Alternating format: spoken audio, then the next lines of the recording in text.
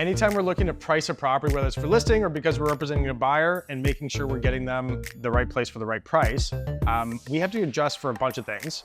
One of the main things is location. So a common way to do that, or some common parameters to look at, are things like a train track, major streets. For whatever reason, property values can change, sometimes dramatically, from an intersection or from a train track. So we want to take these landmarks, or in this case, and we'll take a look at that, a river. So we want to take a look at those landmarks and differentiate. If I've got a really good comparable, but it's on the other side of the tracks, I want to see what adjustment I need to make, because if all else is the same size house, similar lot size, I want to just adjust for that one location difference. And to be able to do that, I need to get some averages. So I'm just going to filter a year back in time. I'm just taking all the properties. I'm going to outline the area, and then I'm going to take anything that's sold in the last year in that area. Okay, I'm going to outline that.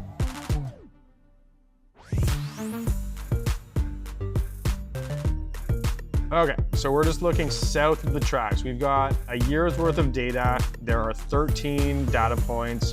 Might not be enough, but it should give us some kind of indication. I'm going to get my averages. So the average sold price is $1,021,000 south of the tracks in this community. And if we just set up a similar sized polygon on the north side of the tracks in the same community, trying to keep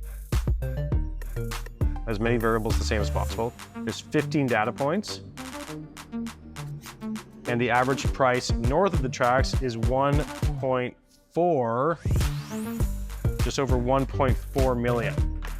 So if I do my mathematics, 1,404,000 minus 1,021,000 divided by 1,404,000.